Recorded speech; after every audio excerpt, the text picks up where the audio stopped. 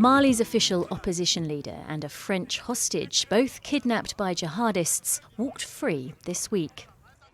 After 4 years being held captive, French aid worker Sophie Petronin was welcomed home by loved ones and President Emmanuel Macron after suspected jihadist hostage takers freed the 75-year-old from captivity in Mali.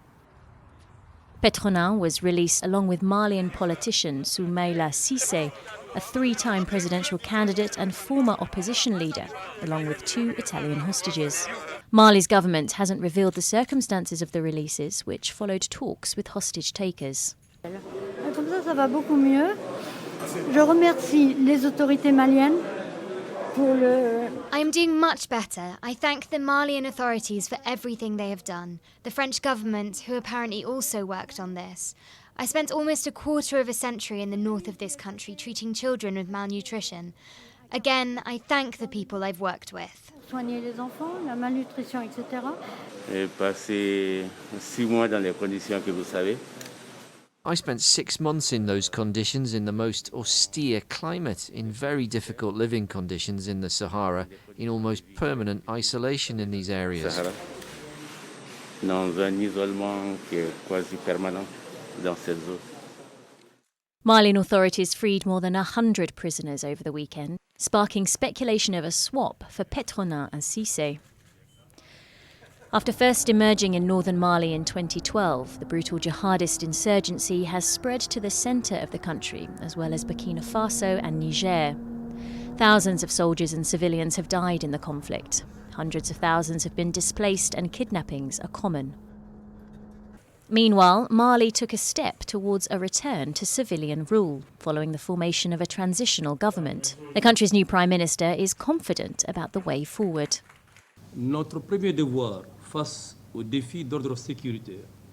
Our first duty in the face of the challenges we face today regarding security issues, politics, the economy and society itself is the unwavering commitment of each and every one of us at all times. Et ce, à tout moment. The African Union has lifted its suspension of Mali, which took place after the coup toppled the West African nation's government in August. The regional bloc, the Economic Community of West African States, announced it was ending its tough post-coup sanctions on Mali, saying it wished to back the country's return to civilian rule. A Kenyan court found 2 men guilty for their part in aiding Al-Shabaab gunmen who attacked the Westgate mall in Nairobi in 2013, killing 67 people.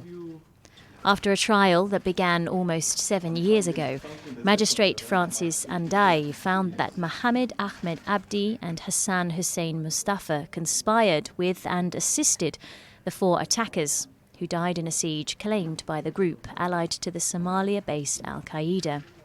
The 3rd accused was acquitted of all charges. A 4th was also acquitted in January 2019.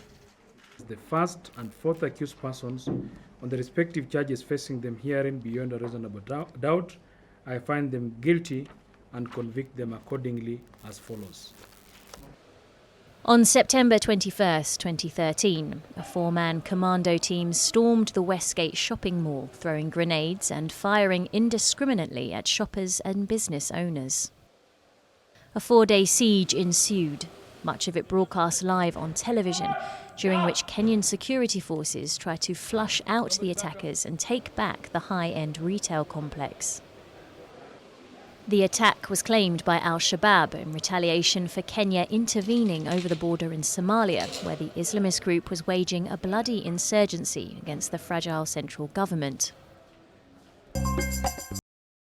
Thousands of members of the powerful Murid Brotherhood flocked to the Great Mosque of Touba, marking the Grand Miguel pilgrimage, the first large-scale gathering in Senegal since the outbreak of the coronavirus.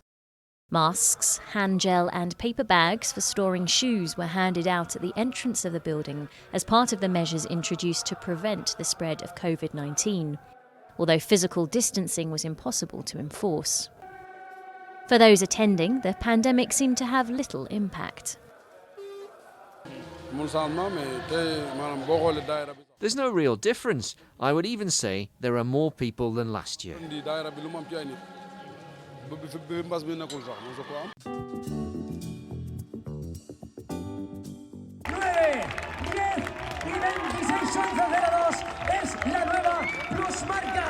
And finally, Uganda's Joshua Cheptegay smashed the 10,000-metre track world record in Valencia. The 24-year-old 10,000-metre world champion surpassed expectations, running the distance in 26 minutes and 11 seconds, cementing his standing as the new middle-distance maestro. It's been an impressive year for Cheptegei. This was his third world record this year. In February, he claimed the world 5-kilometre road record in Monaco. He becomes only the 10th athlete to concurrently hold the 5,000-metre and 10,000-metre world records.